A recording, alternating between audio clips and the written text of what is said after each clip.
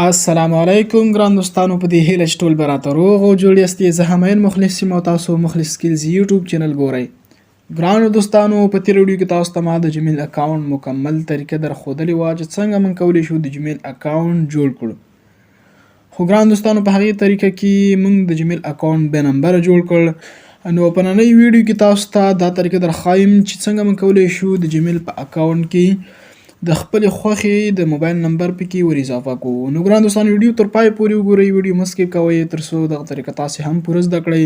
خو مخکې له دې چې ویډیو شروع کوم، لومړی تاسو څخه یوه هیله کوم که چیرې تاسو زموږ د یوټیوب چینل نه وي سبسکرایب کړی، لومړی زموږ د یوټیوب چینل سبسکرایب کړئ او د ټالۍ نشان هم وهئ تر څو دغه رقم نوې خوندور ویډیوګانې د هر چا نه مخکې تاسو وګورئ.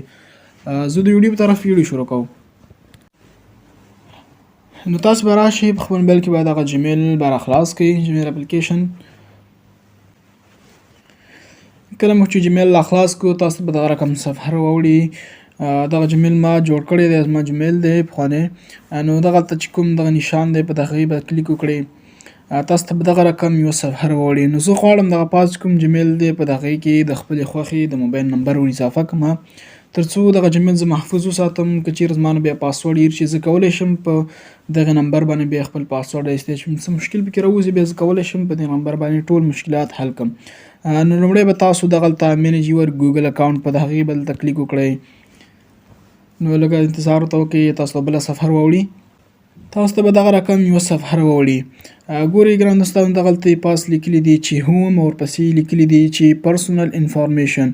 نو تاسو به په دغې پرسونل انفارمیشن باندې کلیک دلته وکړئ او دلته به لاندې راشئ.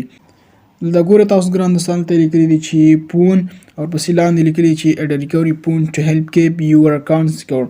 نو ګران دوستانو، دا وایي چې تاسو د خپل جمیل اکاونټ د محفوظ ساتلو لپاره تاسو کولی شئ دلته خپل نمبر ور اضافه کړئ.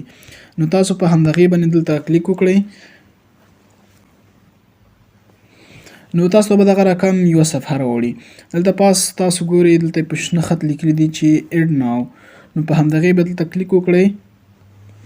دلته به تاسو ته بله یوه صفحه راوړي. دغه رقم صفحه به تاسو ته راوړي. دلته به تاسو د خپل د جمیل کوم پاسورډ دی هغه پاسورډ به تاسو دلته ورکړئ، بیا به مخکې ځئ.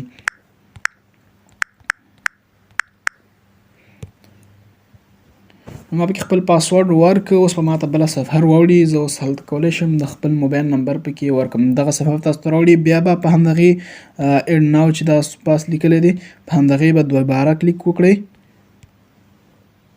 نو دوستانو، تاسو به دغه رقم صفحه راوړي. دلته تاسو به دغه بیرغ چې ګورئ په دې به دلته کلیک وکړئ او کوم نمبر د کوم هیواد نمبر چې تاسو ورکوئ همغه هیواد به ورته کلیک کړئ.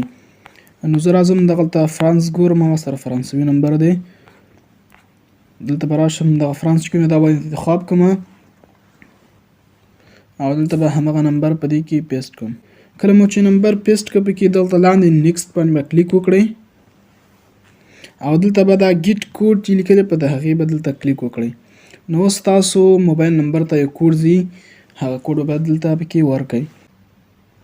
ګورئ ګران دوستانو، دغه د کوډ ماته راغی 16 زه به دغه کوډ دلته ورکړم او دلته لاندې لیکلي دي چې ویریفای، په دغه ویریفای باندې به دلته کلیک وکړئ.